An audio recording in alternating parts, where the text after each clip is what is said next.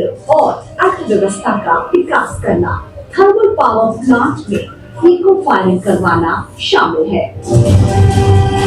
Biomass supply chain में 3 प्रमुख हितधारक शामिल है। किसान, पैलेट निर्माता, कोयला आधारित power plant.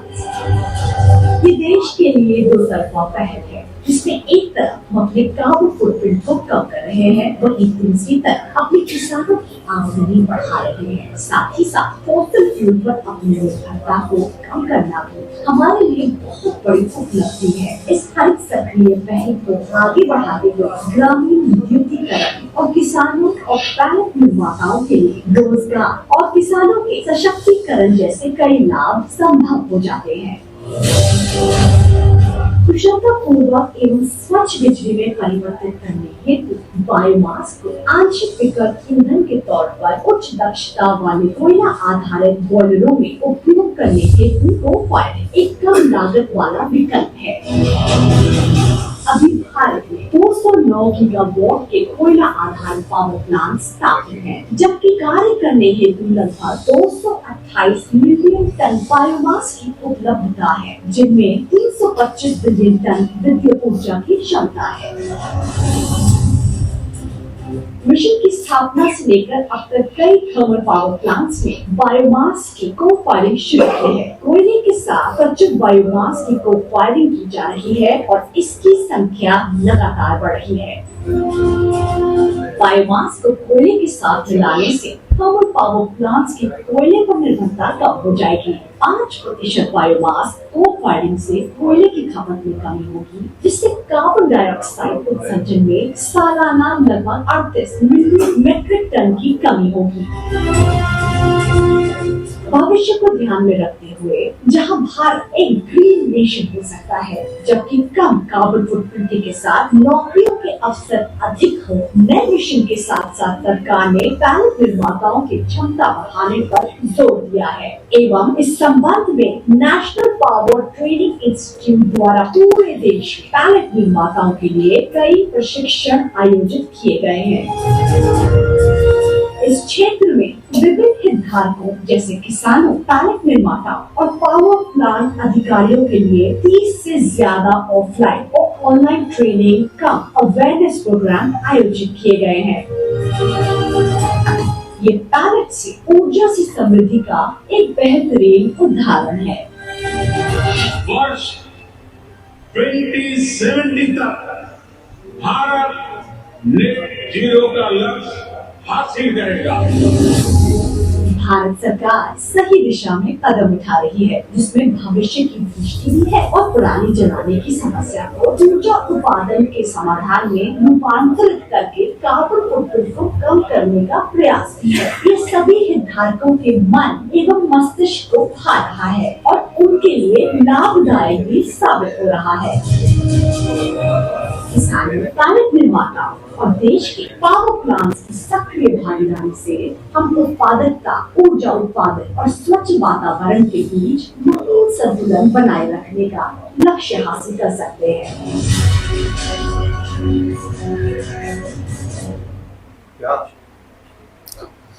Thank you all. So please इसको फुल स्क्रीन करिए।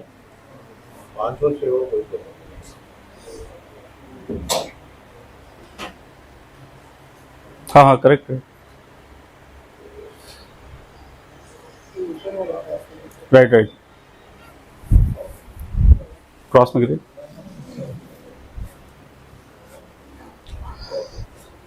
तो यहाँ पे हमारा एक क्लियर मैसेज है कि जो भी आपका वेस्टेज है उसको हम कैसा बेटर वे में डाउन द लाइन में उसको यूसेस कर सकते हैं। और मैं अपना डिस्कशन काफ़ी लिमिटेड रखूंगा, क्योंकि नो डाउट सुबह से हमने मॉर्निंग काफ़ी सॉलिड लिक्विड गैस सारे काइंड ऑफ फ्यूल्स की बात कर ली। तो मेजरली राइट नाउ अभी गवर्नमेंट पॉलिसीज क्या हैं, उसको सपोर्ट करने के लिए क्या अभी फाइनेंशियल मैकेनिज्म है, और साथ में आपका ऑफटेक कहाँ पे जा रहा है, उस चीज़ को मैं कवर करते हुए आज का मैं अपना सेशन स्टार्ट करूँगा। तो जैसे हम सुबह से बात कर रहे हैं बायोमास, तो बायोमास में एक मेजॉरिटी चीज़ हमारे को ये समझने की बात है कि हम इसको एनवायरमेंट फ्रेंडली क्यों कह रहे हैं और कैसे कह रहे हैं। तो अभी हम देख रहे हैं इसमें जो भी मेजरली मैं बायोमास की बात कर रहा हूँ वो हम बेसिकली बात कर रहे हैं एग्रीकल्चर वेस्ट की। तो एग्रीकल्चर वेस्ट में हमको ये चीज़ भी समझनी है कि देखिए पहले किसान था कि साल में 1 से 2 फसल लेता था, अब आज की तारीख में किसान कम से कम 3 से 4 फसल लेने का टारगेट रखता है, तो जो बीच का साइकिल टाइम है या जो विंडो थी बहुत ही कम नैरो डाउन हो गई। इसके चलते जो फार्म वर्निंग्स का इंसिडेंसेस भी ज्यादा बढ़ गए हैं। और मेजरली आप देखेंगे हरियाणा पंजाब में, जैसे सभी लोग जानते हैं कि मैकेनाइजेशन जो और जो टेक्नोलॉजिकल एडवांसमेंट है आपका हरियाणा पंजाब में ज्यादा काफी फास्टर पेस में हुआ है as compared to rest of India. तो वो सारी चीजों के चलते भी फार्म बर्निंग के इंसिडेंसेस बढ़े हैं। और लाइक एमपी भी इसमें भी अफेक्टेड है, जो एमपी में भी आप काफी फायर बर्निंग के इंसिडेंस देख सकते हैं। तो हम बात करते हैं यहाँ पे जो बायोमास है, बायोमास नेट जीरो क्या है।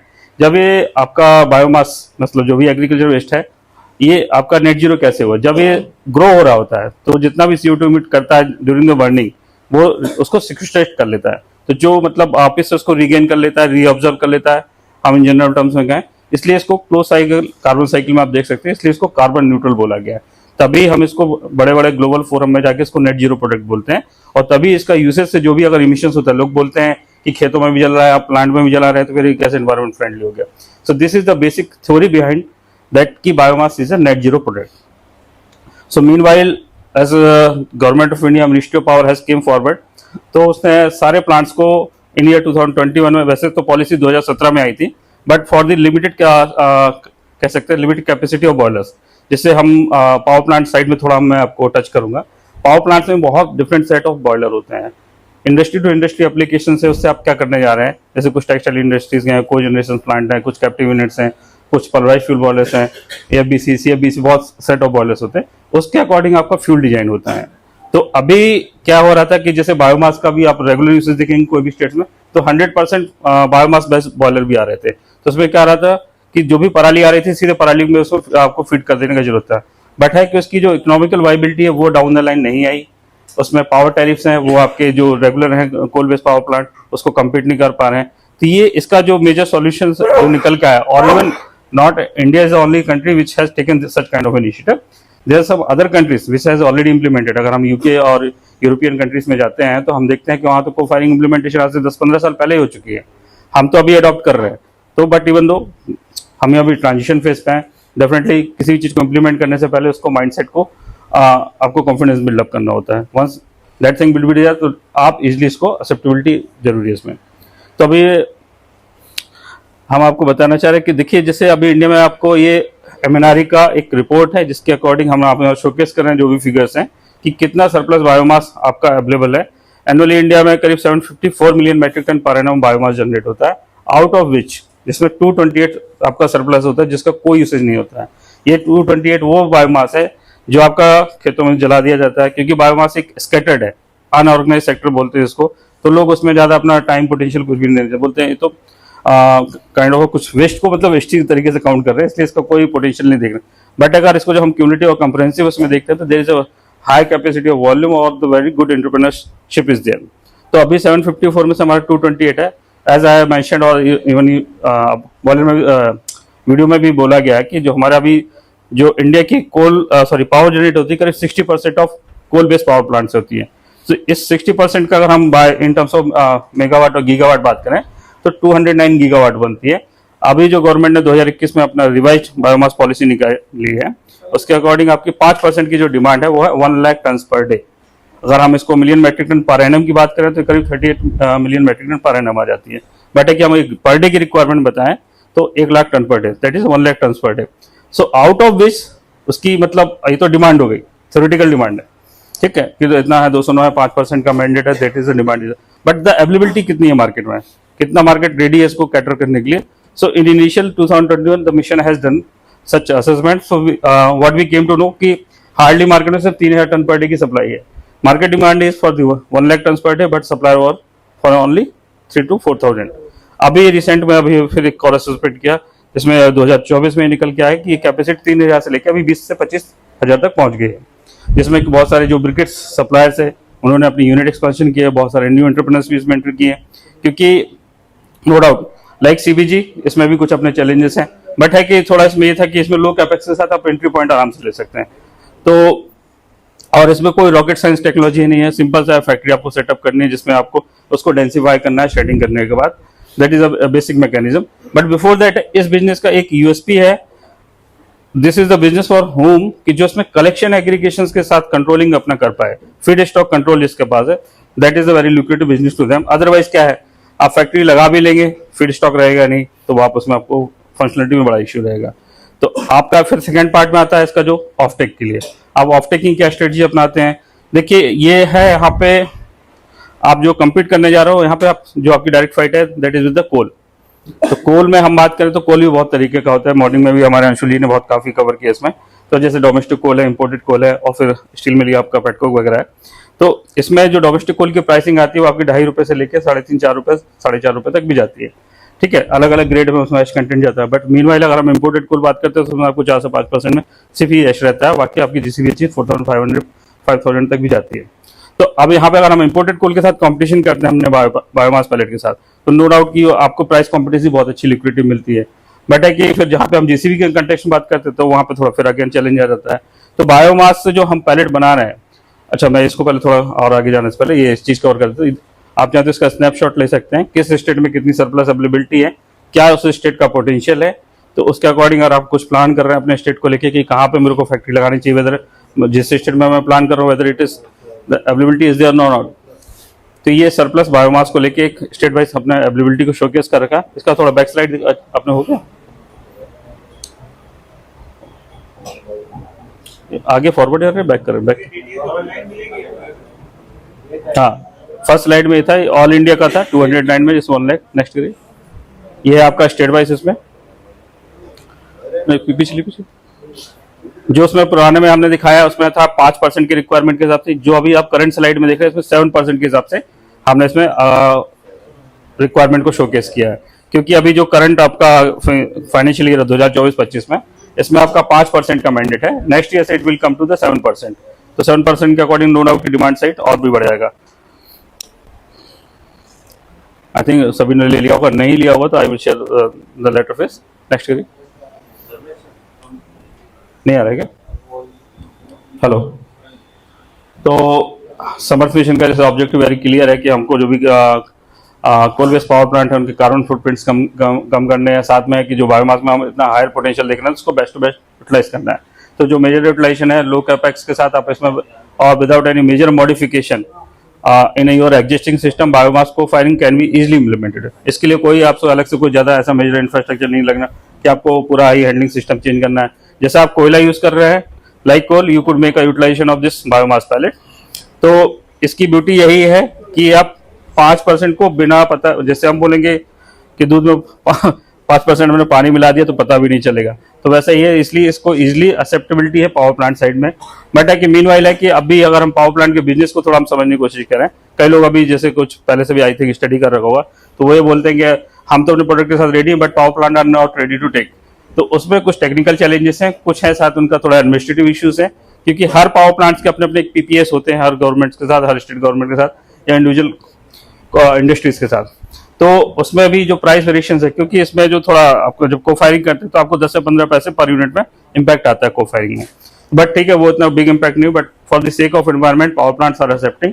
तो अभी थोड़ा हमको पॉलिसी पार्ट भी समझना जरूरी है। पैलेट कहाँ चलेगा, ब्रिकेट कहाँ चलेगा और कौन सा पैलेट लेगा, टोरिफाइड लेगा, नॉन टोरिफाइड लेगा। इसलिए पॉलिसी को मैं थोड़ा एक ब्रीफ कर देता हूँ।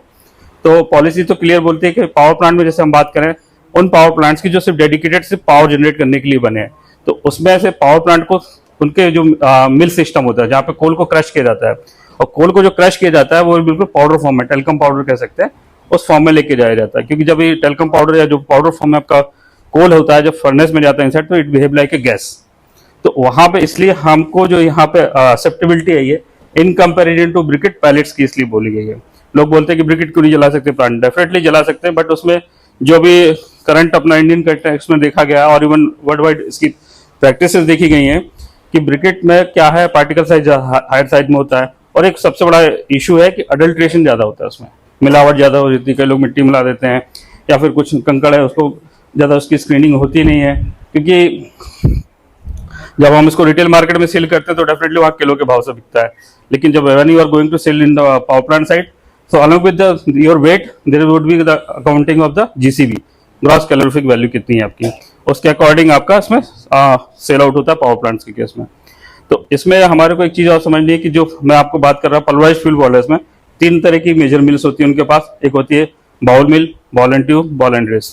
तो अब क्या है, हर मिल का अपना एक मैकेनिज्म है कि वो किस तरीके को कोल को क्रश कर सकता है और क्या उसके साथ उसका हैंडलिंग सिस्टम है।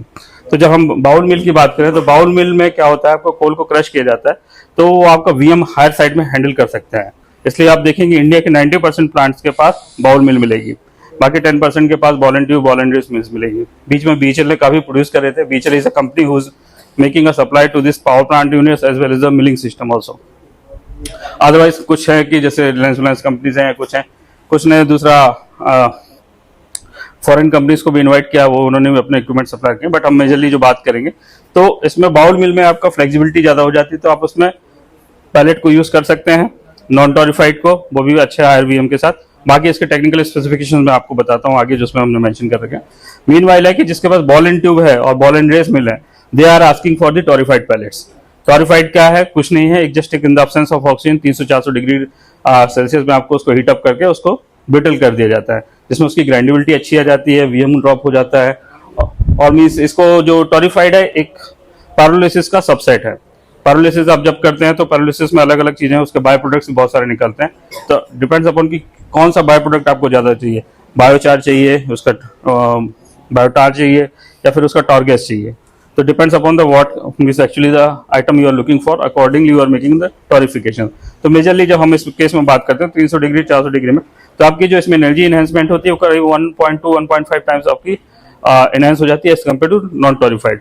और नॉन टॉरिफाइड का भी जो लिमिटेशन है तो वो ये है कि ये आप इसमें हायर परसेंटेज में कोफायरिंग नहीं जा सकते। 5-7% तक आप और अच्छा हुआ आपने और अच्छा उसको थोड़ा मॉडिफिकेशन कर लिया तो definitely non torrefied you may go ahead for the 10% of cofiring. But meanwhile अगर हम थोड़ा हायर परसेंटेज की बात करें तो आपको टॉरिफाइड के ही साथ जाना पड़ेगा। और no doubt down the line torrefied is the future of this industry.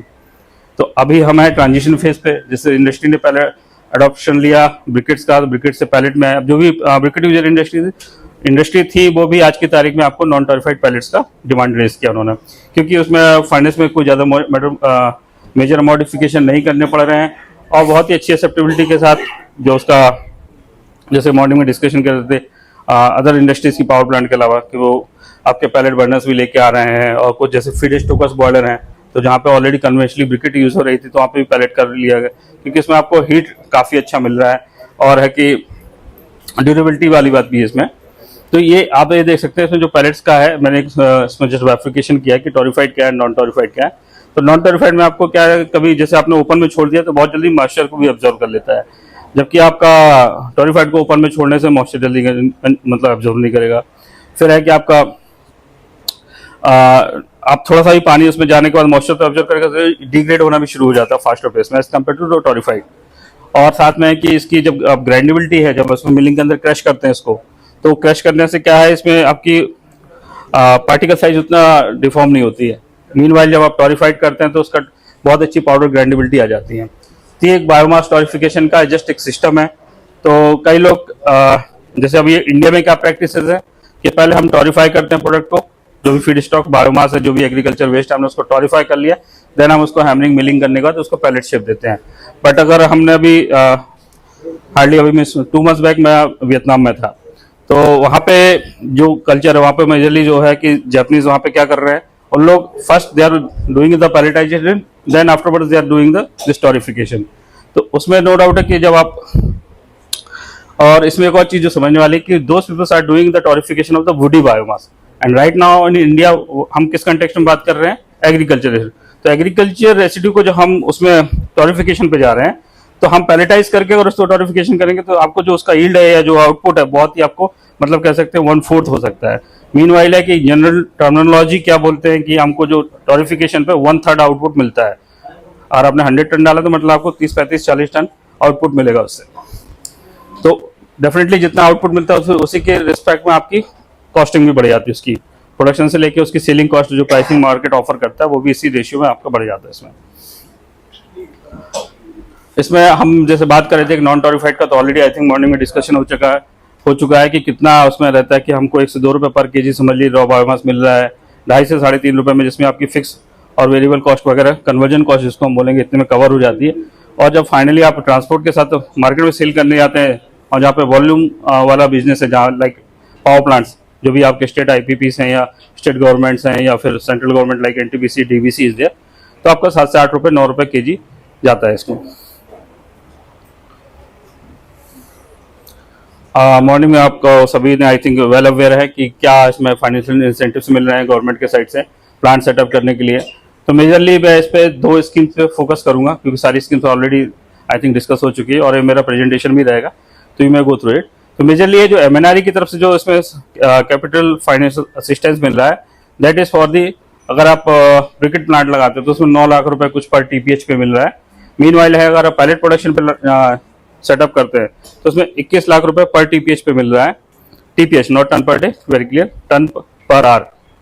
और अगर आप टोरिफाइड प्लांट लगाते हैं तो उसमें 42 lakh rupees per ton per hour मिल रहा है उसमें। और जो भी मैक्स टू मैक्स आपको इसमें कैपेसिटी मिलेगी वो 5 TPH तक के लिए मिलेगी। तो इसमें आपको मतलब नॉन टोरिफाइड के लिए वही करीब आपका 1 करोड़ 5 लाख के आसपास आ जाता है। तो डिपेंड्स कर रहा है कि आपकी मशीनरी कॉस्ट है उसके रिस्पेक्ट में इसकी लिमिटेशंस हैं। हाँ, मीनवाइल है अगर आप हरियाणा पंजाब से हैं तो हरियाणा पंजाब में थोड़ा इसका फाइनेंशियल असिस्टेंस जो ग्रांट हो रही है MOFCC ministry of environment forest and climate change की तरफ से CPCB ग्रांट दे रही है, जिसमें आपको 28 लाख रुपए पर TPH दे रही है नॉन टोरिफाइड के लिए, और सेम टोरिफाइड के लिए 56 lakh rupees per TPH।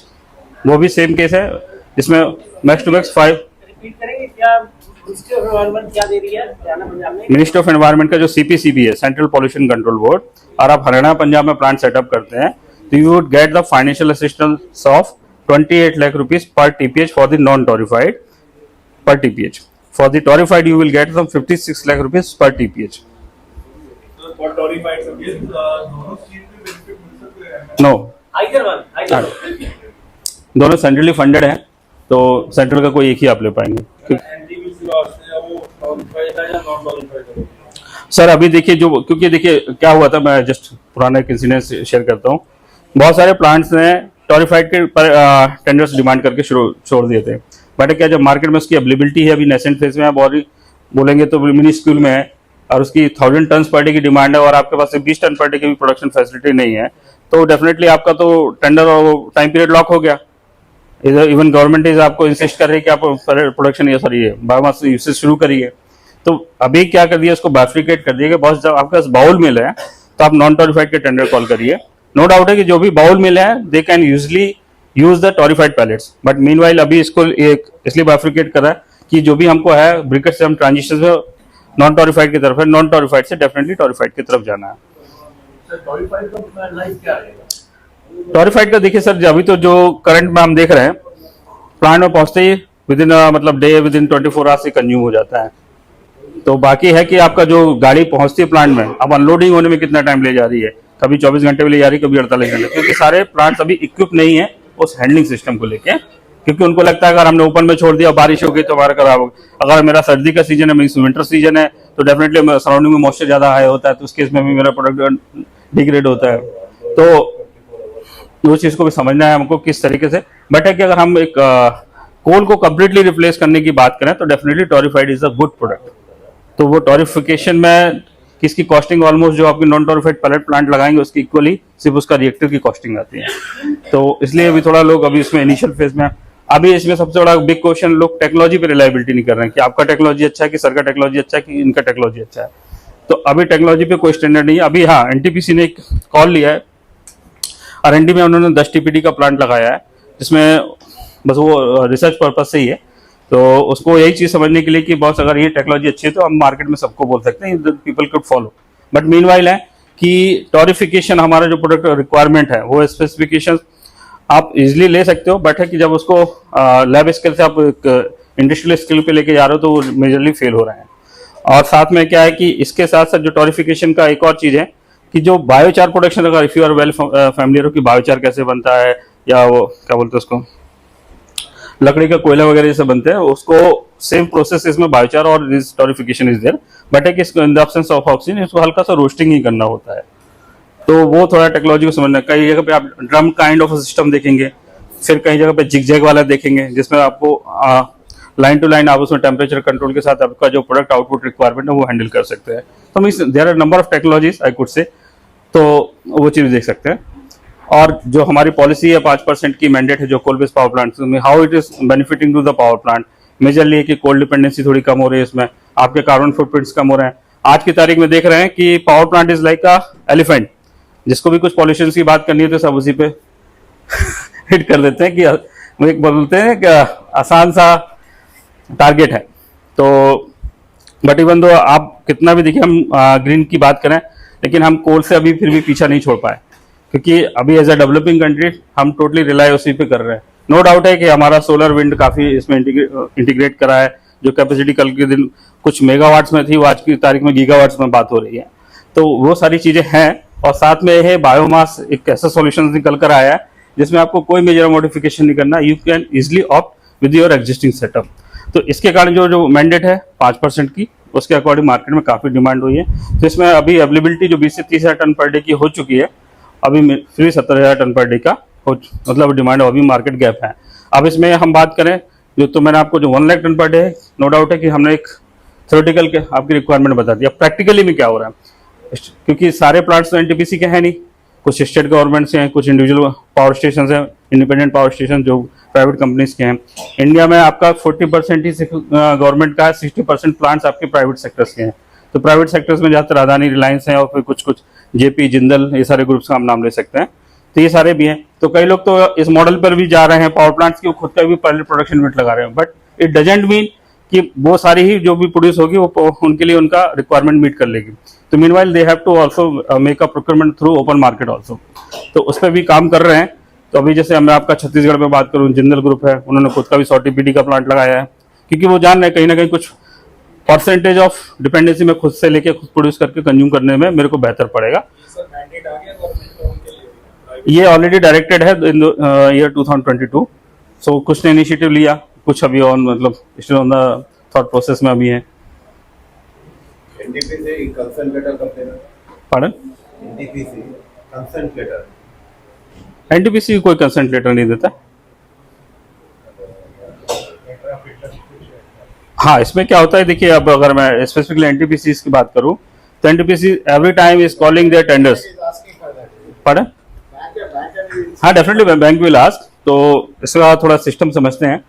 It is not like a सतत जो से सीबीजी के में है, इसका मैकेनिज्म टोटली अलग है, क्योंकि वहाँ पे गिनी चुनी 5 कंपनीज हैं, 6 कंपनीज हैं जो ऑयल मार्केटिंग कंपनीज जिनको बोलते हैं। तो वो they can collaboratively came forward और उन्होंने एक प्राइस डिसाइड करके कर दिया। But here the challenge is that कि यहाँ पे तो हमको करीब 190 प्लांट से डील करना है। अब 190 प्लांट का अपना अपना एक व्यू पॉइंट है, तो इसलिए इस पर वो कुछ नहीं है। बट अभी मीनवाइल क्या है, गवर्नमेंट ने एक इनिशिएटिव लिया, तो अभी इसके साथ रीजन वाइज में कुछ बेंचमार्क प्राइस हुआ है। बट है कि वो रीजन से हुआ है, तो आप all are well aware of the कि जो सेंट्रल स्टेट का तो हमेशा कुछ ना कुछ डिस्प्यूट बना ही रहता है किसी न किसी से, भले सेम गवर्नमेंट हो या फिर कुछ एडमिनिस्ट्रेटिव इश्यूज भी होते हैं। बट मीनवाइल अभी क्या है कि जो अभी रेट डिसाइड हुआ minister of power Samarth mission की तरफ से, तो आपको 2.32 rupees per 1000 kilo calorie excluding transportation GST, ये ऑलरेडी एनसीआर के लिए ऑलरेडी पब्लिसाइज है। सेकेंड है 2.24 रुपीज पर 1000 किलो कैलोरी आपका, इसमें जो आपका वेस्टर्न रीजन आ जाता है। वेस्टर्न रीजन बोले तो आपका एमपी, छत्तीसगढ़, महाराष्ट्र, गुजरात, ये 4 स्टेट्स आपके इधर आते हैं। उड़ीसा आपका ईस्टर्न रीजन में आता है। तो उस पर बेंचमार्क कमेटी बनी है स्पेशली डेडिकेटली, तो उस पर काम कर रही है। तो कुछ उसमें थोड़ा अप्रूवल्स में लेट हो रहा है, अदरवाइज ईआर और एसआर का भी प्राइस बेंचमार्क आ जाएगा। तेलंगाना आपका एसआर में आ गया सर, एसआर और ईआर अभी बाकी है, वहाँ का भी रेट अभी डिक्लेयर नहीं हुआ। बट मीनवाइल है, जब तक ये इसका ये मीनिंग नहीं है कि बेंचमार्क मार्केट में रेट नहीं है तो power plant can not discover their own price. तो अभी जो स्टेट गवर्नमेंट्स हैं या जो भी आईपीपीस हैं, they are also means moving forward with their discover price. आपने बिड किया, जिसका L1 हुआ उसको बेसिस पे जा रहे हैं, क्योंकि उनका fuel business already well regularised है। उस बेसिस पे उसी सेम फिनोमेना और सेम मेथडोलॉजी से लोग आगे जा रहे हैं। हाँ प्लीज बोलिए। एक चीज है, अगर जैसे हमारी प्रोडक्शन कैपेसिटी 50 टन है मान लो, हाँ, तो मैं टेंडर 50 टन का ही भर सकता हूँ या मैं 200 टन पर डे का टेंडर भी ले सकता हूँ किसी और से प्रोक्योर करके? देखिए उसमें अभी तो जो करंट कंटेक्स्ट है वो मैं थोड़ा पुराना भी बताऊंगा कि क्यों ऐसा अभी सिचुएशन है। आप बोल रहे हैं कि आप 50 टन पर डे बोल रहे हैं, टन पर डे मतलब क्या होता है? 24 घंटे। बट है कि जब अभी आज की तारीख में क्या हो रहा है, सभी के लिए थोड़ा वेल इंफॉर्मेशन है, मैं उसको 24 घंटे नहीं मानता। मैं आपको अवॉर्ड करने से पहले मैं दिन को बोलता हूँ 10 घंटे। क्योंकि जो कैपेसिटी यूटिलाइजेशन फैक्टर देखा गया है किसी फैक्ट्री का वो 60% से ज़्यादा नहीं रहा, क्योंकि कहीं ना कहीं मौसम की मार खा जा रही है, कहीं कहीं फीड स्टॉक की अवेलेबिलिटी दिक्कत कर रही है, कहीं मशीनरी की मार खा रहा है आदमी। तो वो इस हिसाब से, क्योंकि क्या हो रहा है कि आप विलिंगनेस रख रहे हो कि मैं 50 के 100-200 दे दूंगा, बट मीनवाइल क्या हो रहा है, नो डाउट है कि आप दे रहे हैं, लेकिन आपके जैसे दूसरे हैं, तो नो डाउट है कि जब कुछ टर्म्स एंड कंडीशन होती है सभी को माइंड में रखते हुए होती है, तो उस केस में क्या हो रहा है, लोग ओवर कमिटमेंट कर दे रहे हैं और फिर जो है मार्केट को डिस्टर्ब कर रहे हैं, और वो ओवर कमिटमेंट के चलते वो 0 टन भी नहीं देते वहां पे।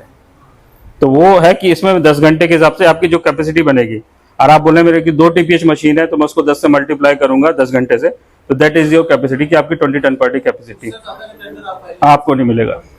मेरा सवाल तो डीसीबी से लेके है, अगर डीसीबी का एक क्राइटेरिया आप लोग रखते हैं कि जो परचेज करते हैं तो डीसीबी देखा जाता है मिनिमम और मैक्सिमम, तो रिजेक्शन का क्या क्राइटेरिया इस कंटेंट को भी इसमें इंक्लूड करते हैं या एस कंटेंट का कोई क्राइटेरिया? एश कंटेंट का कुछ नहीं, 14-15% है उसमें, एश का कोई बिग इशू नहीं है।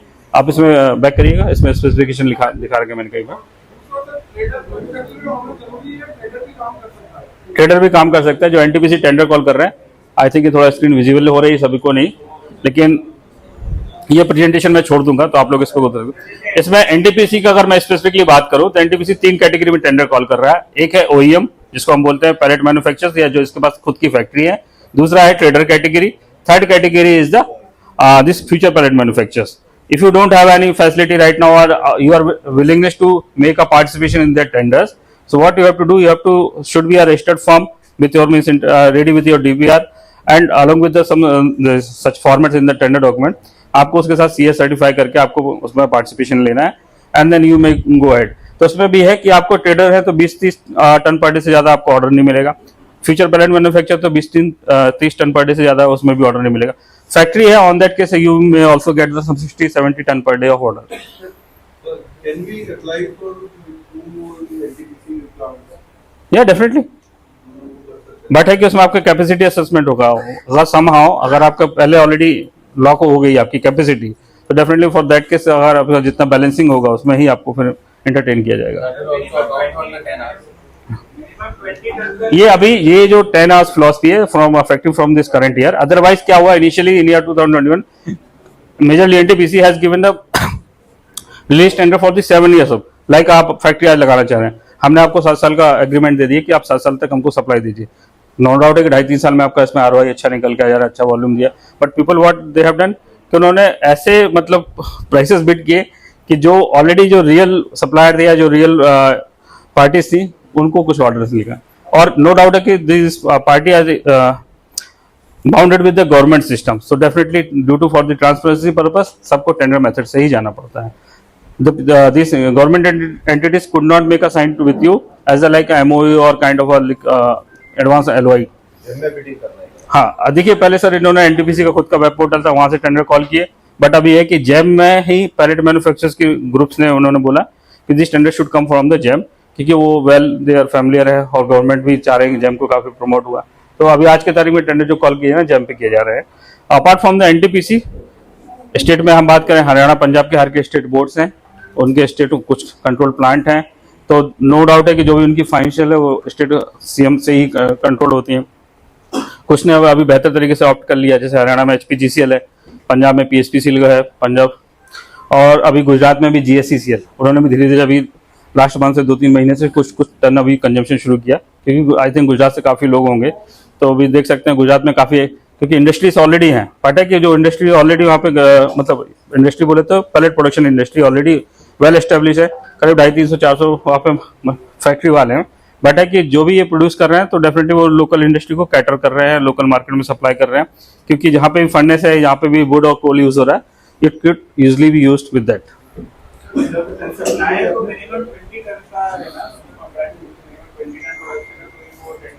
अभी अब मैं थोड़ा आगे बढ़ाएंगे इसमें, जस्ट पीछे थोड़ा मैं एक चीज़ बताता हूँ, मैं आता हूँ उस पार्ट पे आपका, वो भी मैं उसमें कवर अप किया। ये मैंने आपको कुछ बेनिफिट बताए पैलेट मैन्युफैक्चरर्स के लिए। अभी तो टोटली मतलब खाली मार्केट है, अभी अच्छे हैं, अर्ली बर्ड मतलब मूवर का एक एडवांटेज ले सकते हैं। फार्मर्स के लिए नो डाउट है सेकंड सोर्स ऑफ इनकम है। अभी एक और कम्युनिकेशन गई है सारे स्टेट्स में, क्योंकि जो रॉ बायोमास है ना उसके पे कोई कंट्रोलिंग नहीं है, कहीं पे 1 रुपए है, कहीं 2 रुपए, तो गवर्नमेंट भी जैसे आपका बाकी ग्रेन्स में और ग्रोसरीज में एक MSP टाइप में कर दिया है, तो we are also pursuing with the state governments की बॉस आपके स्टेट का बायोमास है, आपके स्टेट का प्रोडक्ट है, तो definitely you should make a sum fixation of price your raw feed stock, क्योंकि जो बायोमास है this could not be only use for this biomass pellet, there is some other secondary usage of, तो paper pulp industry से लेके pharma industry से लेके जो भी कुछ उसके मैन है। तो देखिए लेट्स सी कब गवर्नमेंट अपने खुद के स्टेट प्राइस डिक्लेयर करती है, बट मीनवाइल अगर हम फिनिश प्रोडक्ट की बात करें तो स्टेट गवर्नमेंट्स के कुछ अभी हम उनको बार बार परस्यू कर रहे हैं कि boss you should go ahead with this benchmark price, क्योंकि जब स्टेट्स वाले के पास आप बिड करते हो तो करीब 4-6 महीने 8 महीने तो उसी में समझने में लग जाता है कि हम क्या रेट के साथ आगे जाएं।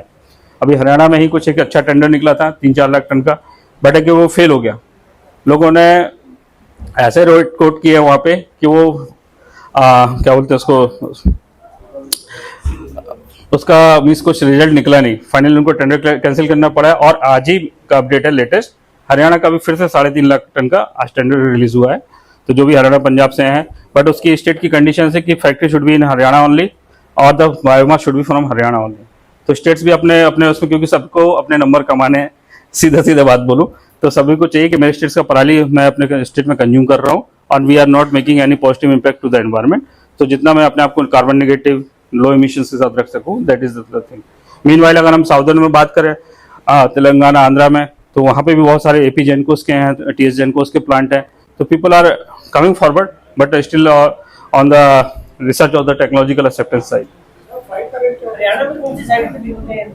हाँ, तो देखिए हमने बोला 190 प्लांट हैं, 190 प्लांट्स में डेफिनेटली कोई 3-4 प्लांट्स एक ग्रुप से किसी ने होंगे स्टेट्स में है, तो जो भी इसकी एक हरियाणा टेंडर्स का आजकल तो एक अच्छा गया कि एक जैपनिक मॉडल आ गया है, तो उसके कॉमन टेंडर्स जो भी उसकी कमोडिटीज हैं हरियाणा स्टेट्स की, वो उसके हरियाणा टेंडर्स करके मैं पोर्टल का नाम है हरियाणा टेंडर्स, सर्च करेंगे तो आपको उसमें देख सकते हैं।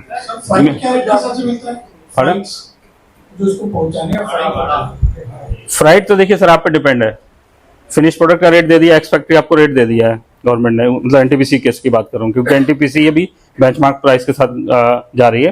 रेस्ट प्लांट है जो स्टेट्स के हैं, आईपीपीस हैं, वो अपने खुद प्राइस डिस्कवर कर रहे हैं, इट इज़ वेरी क्लियर, क्योंकि वो स्टेट और सेंट्रल वाला अपना एक अलग चीज हो जाती है, उसमें मैं नहीं जाऊंगा। तो फ्राइट में है कि अगर आपको लग रहा है कि मेरा 500 रुपये बिट करूंगा तो मेरा काम हो जाएगा, और या 1000 रुपये डाल के भी ले सकते हो पर टन पे, तो आप पे डिपेंड कर रहा है कि आप उसमें क्या प्राइसिंग ले रहे हो। अभी हाँ, फ्राइट आपका मतलब से 3 पार्ट होते हैं। पार्ट ए हो गया आपका फिनिश प्रोडक्ट जिसको हम बोल रहे हैं बेंचमार्क प्राइस, पार्ट बी हो गया आपका ट्रांसपोर्टेशन जो फ्लोटिंग है, क्योंकि आपकी जो शॉर्ट लिस्टिंग होगी, जो बिड्स होगी L1 L2 L3, वो इसी सब ट्रांसपोर्टेशन पे डिपेंड करेगी। जीएसटी इस फिक्स 5% लगना ही है उसमें। कोई एफओआर का केस भी अब तक या नहीं है उसमें मतलब कैसे है आप बिडिंग आई हो उसमें सिर्फ एफओआर करा रहे हो? हाँ, बहुत सारे लोगों ने जीरो ट्रांसपोर्टेशन के साथ बिड किया है, तो ऑन दैट केस क्या होता है, अगर मैं 600 टन पर डे का डिमांड मैंने रेस किया है और उसमें 10 पार्टी आ गई, तो मैं 0.6 से मल्टीप्लाई करके उतने डिस्ट्रीब्यूट कर दूंगा क्वांटिटी। भारत 2 TPH, हाँ डेफिनेट, हाँ तो हाँ ठीक है, वो इनपुट आउटपुट नहीं है, वो तो देखिए आपका हैमर मिल और पैलेट मिल को कंबाइनली देखा जाता है। अभी तो पहले पैलेट मिल के आउटपुट से ही बस मेजरमेंट होता था, नहीं करेक्ट, लेट मी, तभी जो असेसमेंट अभी एनटीपीसी कर रही थी, पहले आपके पैलेट मिल आउटपुट से ही कर रही थी। आज की तारीख में आपका जो हैमर मिल का आउटपुट है वो भी काउंट में ले रहे हैं कि आपका हैमर मिल का आउटपुट आपके पैलेट मिल के इनपुट से मैच कर रहा है नहीं कर रहा है, क्योंकि डेफिनेटली आपको थोड़ा 1.2 टाइम्स ज्यादा ही चाहिए पड़ेगा, तभी आपके पैलेट की कैपेसिटी फीड ऑन हो पाएगी। अदरवाइज क्या हो रहा था कि बहुत सारे लोग की हैमर मिल इतनी सी है और आपका पैलेट मिल इतना है, तो फिर उसमें आपका वो स्ट्रीमलाइन नहीं हो रहा था प्रोसेस। जैसे आप बता रहे थे नॉन क्वालिफाइड के भी आ रहे थे, how long will it take for the qualified tenders? अभी लग जाएगा 3-4 साल, आराम से 4 साल। 3 साल के बाद? हाँ, बट नहीं, क्वालिफाइड के टेंडर्स अभी भी आ रहे हैं, बट वेरी लिमिटेड कैपेसिटी। आपके वहाँ पे देखिए अभी शायद जल्दी ही एनटीपीसी कुड़गी जो बीजापुर कर्नाटका में पड़ता है, और तेलंगाना में आपको थोड़ा जो आपका बाजू में आंध्रा सिमाद्री में वहाँ के टेंडर्स आएंगे। हाँ, रामागुंडम के भी आएंगे। अच्छा प्लीज। तो सर सर 5% मैंडेट है, इसको सारे किसी भी प्लांट्स फॉलो नहीं कर पा रहे, तो रीजन है कि सर कि वो टेंडर्स फ्लोट नहीं कर पा रहे सारे। देखिए, अभी इनिशियली पहले सारे प्लांट्स के लिए टेंडर फ्लोट हुए थे, अभी रिसेंटली लॉट 2 लॉट 3 के टेंडर्स क्लोज हुए हैं, जिसमें आपके एमपी और छत्तीसगढ़ के टेंडर्स आ गए हैं। तो मैं बोल रहा हूँ अब लॉट 3 तक हो गया, लॉट 4 लॉट 5 आएंगे अदर स्टेट्स के लिए भी। सर कितने दिन में टेंडर? टेंडर तो देखिए सर, अभी जैसे दादरी का टेंडर हुआ था अभी रिसेंटली, तो उसमें हाँ एक और चीज है, इसमें थोड़ा आगे चलेंगे, मैं थोड़ा इसको मूव करिए, आगे स्लाइड करिए। ये एक नॉर्मल सप्लाई चेन है जिसमें आप फील्ड से बायोमास को कलेक्ट कर रहे हैं, फील्ड से कलेक्ट करने के बाद रेकिंग बेलिंग कर रहे हैं, बेलिंग करने के बाद आप उसको पैलेटाइजेशन कर रहे हैं। तो ये जो पूरी वैल्यू चेन है, वैल्यू चेन में आप बहुत जगह अपना बिजनेस अपॉर्चुनिटी देख सकते हैं। एज आ बायोमास कलेक्टर एग्रीगेटर भी बन सकते हैं, एंड फर्दर जो भी आपकी इंडस्ट्री है उसको सप्लाई कर सकते हैं। मीनवाइल आप खुद बिजनेस सेटअप कर सकते हैं, जिसमें पैलेट प्रोडक्शन करके further you make a participation to the tenders of the like power plants as well as to the open market. Next करिए। ये है अभी जो पिछले मैं 3 साल का आपको दिखा रहा हूँ कंजम्पशन, इसको थोड़ा बहुत बारीकी से देखिए कि जब पॉलिसी आई तो पॉलिसी, अब जब मैं थ्योरी और प्रैक्टिकल की बात करूं, प्लीज ऑल मेक साइलेंट। कोई डाउट है तो प्लीज मेरे से पूछिए।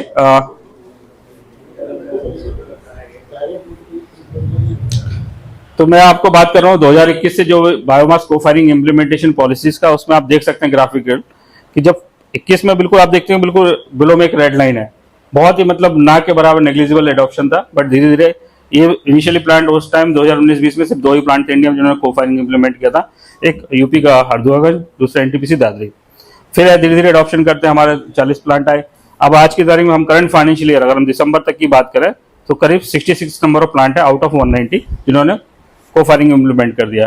तो को फायरिंग का आप ट्रेंड देख सकते हैं, मंथली कम से कम आपका 80-90 हजार टन हो गया है, मतलब। और ऑल इंडिया की बात करें तो आपका करीब 1.5 लाख टन मतलब मंथली बेसिस पे कंज्यूम हो रहा है, जो फिगर अभी और भी हायर साइड में जाएगा।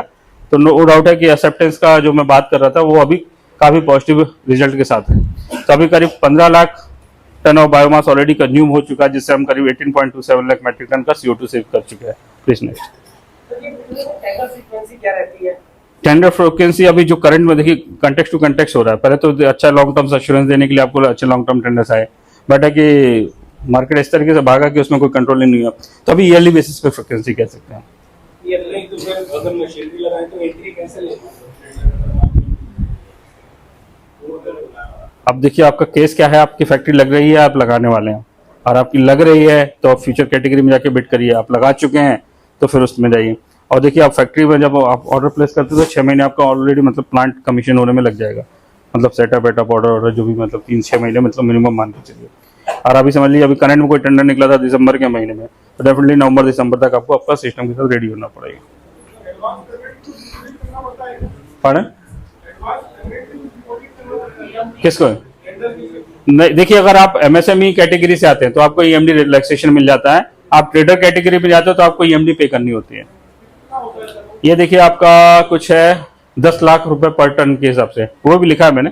तो अभी एक चीज देखिए, मैं जो ऑल इंडिया की बात कर रहा हूँ तो NCR में सबसे ज्यादा अभी को फायरिंग इंप्लीमेंट हुई है, क्योंकि यहाँ पे पेनल्टी भी इम्पोज हो चुकी है।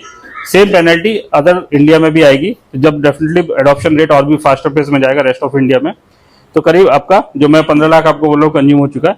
तो आप रीजन वाइज ब्रेकअप देख सकते हैं। This is the so far the biomass को फायरिंग और the biomass adoption has been done. Next, अब बात रही टेंडर्स की, कितने टेंडर अभी अवार्ड हो चुके हैं, कितने टेंडर ऑनगोइंग में हैं और अभी क्या स्टेटस है। तो करीब हम देख सकते हैं कि अभी आपका ऑल इंडिया में करीब 83.23 लाख मेट्रिक टन के PO ऑलरेडी प्लेस है। 56.61 लाख मेट्रिक टन के अभी टेंडर्स अंडर प्रोग्रेस है। टोटल आपका करीब 139 लाख मेट्रिक टन का टोटल क्यूमुलेटिव अभी PO। हाँ, इसमें एक और अच्छी आपने बहुत अच्छा प्रश्न है।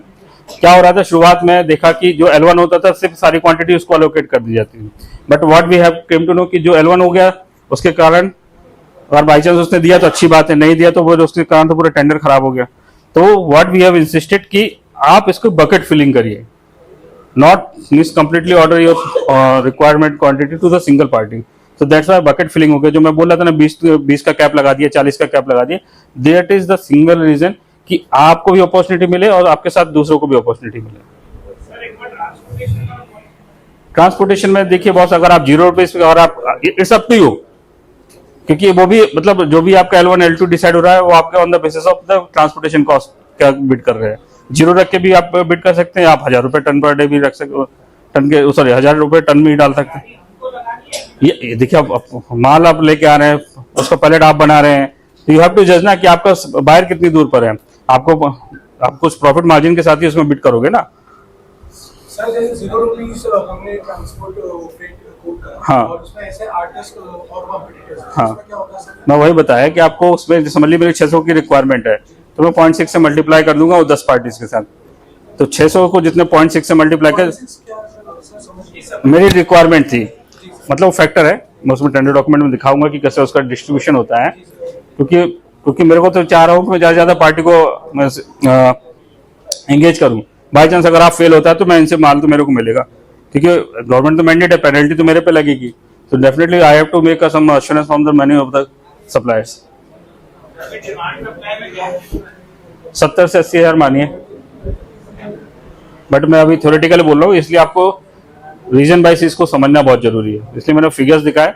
अभी एक्सेप्टेंस है, एनसीआर में तो नो डाउट है पेनल्टी आ चुका है, तो डिमांड बहुत हायर साइड पर है, बट मीनवाइल है कि अभी जैसे आपका वेस्टर्न रीजन में भी अब डिमांड बहुत तेजी से आएगा, फिर है कि अभी आपका SRER भी टच करेगा डाउन द लाइन में। प्लीज, ये समर्थ मिशन की वेबसाइट है जिसमें आप जाकर बहुत सारी इंफॉर्मेशन ले सकते हैं। आप कहाँ फैक्ट्री लगा रहे हैं तो उस चीज को भी समझना जरूरी है, क्योंकि कहीं आपके लोकेशन पे ऑलरेडी कोई फैक्ट्री एग्जिस्ट कर रही है तो वो चीज समझ, क्या होता है कभी कभी कंपटीशन हो जाता है। आपने फैक्ट्री लगा रखी है और पता चला ऑलरेडी कोई एग्जिस्टिंग फैक्ट्री है, तो दोनों ही एक ही फीड स्टॉक को टारगेट कर रहे हो, उसके चलते आपका फीड स्टॉक का जो कैलकुलेशन है टोटली डिस्टर्ब कर सकता है। इसलिए आपको लोकेशन टू लोकेशन वो चीज भी समझनी है। तो जो मेजरली करीब इसमें 300-350 पैलेट मैन्युफैक्चरर्स ऑलरेडी हमारे वेबसाइट पे रजिस्टर्ड है, आप उसको गो थ्रू करके समझ सकते हैं कि विच location is suitable for your. और इसमें जो जैसा मैंने आपको सभी को बताया कि इसकी यूएसपी यही है कि आप कम से कम 200 किलोमीटर का कैचमेंट एरिया मानिए, उसको असेस करिए कि मेरे पास किस किस तरीके का फीड स्टॉक अवेलेबल है, क्योंकि जो सबसे सस्ता है वही आपके लिए अच्छी वायबिलिटी लाएगा आपके प्रोजेक्ट के लिए। Please next. ये कुछ है कि जैसे आपका मैं एक ओवरव्यू दे रहा हूँ कि कोई भी टेंडर्स कॉल होता है तो क्या मिनिमम कंडीशन रहती है। आई थिंक रीडेबल है, सभी को नहीं है। चलिए मैं थोड़ा यहाँ से रीड कर देता हूँ पास से। तो जैसे पहला ही हमने लाइन लिखा है कि जो भी टेंडर्स कॉल हो रहे हैं कि आपकी मिल टाइप क्या है उसके अकॉर्डिंग आपके टेंडर्स कॉल करे जा रहे हैं। फिर है कि आपका जो भी लोडिंग है अगर आपका लूज में है तो डेफिनेटली पावर प्लांट के स्कोप में रहेगा। अगर आप उसको कुछ पैकेजिंग या जंबो बैग्स में लेके जाते हैं तो डेफिनेटली फिर आपका उसमें मैनुअल लेबर आपको उसकी कॉस्ट आपको बेयर करनी पड़ेगी। डिलीवरी है कि भाई, और इसमें क्या है तो पैकेजिंग का मैं आपको बता चुका हूँ। फिर है इसमें कि जो स्पेसिफिकेशन है वो आपको मीट करने चाहिए। जैसे इसमें एक सबसे बड़ा रिजेक्शन क्राइटेरिया कि आपकी जो मॉइस्चर है फिनिश प्रोडक्ट की जब प्लांट में पहुंचता है तो 14% के मतलब मैक्सिमम रेंज है उसके अंदर ही आना चाहिए। अगर आपकी 14 से 15% हो गई तो आपकी गाड़ी कंप्लीट रिजेक्ट हो जाएगी, ठीक है। और फिर है जीसीबी का भी यही है कि 2000 जीसीबी तक आपका प्रोडक्ट है तो डेफिनेटली आपका कुछ ना कुछ उसका जीसीबी के प्रोपोर्शन में आपका कटिंग होके उसमें आपको प्राइसिंग मिल जाएगा। और उससे बिलो है और पावर प्लांट अगर आपका मटेरियल कंज्यूम भी कर लिया तो you will not get any payment अगर आपका जीसीबी 2000 से नीचे है। हाँ 2000 मिनिमम मतलब बिलो क्राइटेरिया है। 2800 से वैसे जो उसका टेक्निकल अगर हम बोले तो 2800 से लेके 3600 तक है नॉन टॉरिफाइड प्रो रेटर रहेगा पूरा। हाँ जी, जैसे हम लोग पहुंचा दिए हाँ। तो कितना जीसीबी है माल का उसका रिपोर्ट मतलब देखिए जब आप बिड करते हो ना तो एनटीपीसी टेंडर की स्पेसिफिकली बात करते हो वो 3400 जीसीबी उसको बोलता है गारंटेड जीसीबी, ठीक है। उसमें अगर आपका होना चाहिए, अगर आपने 3400 बोल के आपका 3000 का दिया तो आपको you will get the payment of 3000 GCB only, उसी प्रोपोर्शन में आपका एफर्ट रहेगा। 4000 में इसका वही फिर प्राइस एस्केलेशन वाला फॉर्मूला है, आप उसको देखेंगे एक बार डॉक्यूमेंट्स में। हाँ इसमें क्या है थोड़ा जो भी आपका डेविएशन है प्लस माइनस उसके अकॉर्डिंग एस्केलेशन फॉर्मूले हैं उसके, क्योंकि उसमें बहुत सारी चीजें आपकी फ्यूल कॉस्ट से लेके सारी चीज उसमें काउंट करेंगी। हाँ जी,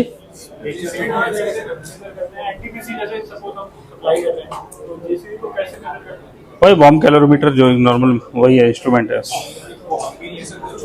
हाँ ले सकते हैं, और नहीं है जिसके पास फैसिलिटी नहीं है तो एनईबीएल लैब्स हैं समर्थ मिशन की वेबसाइट पे अवेलेबल है, ऑल इंडिया में, तो उसको फॉलो करते हुए आप वहाँ से भी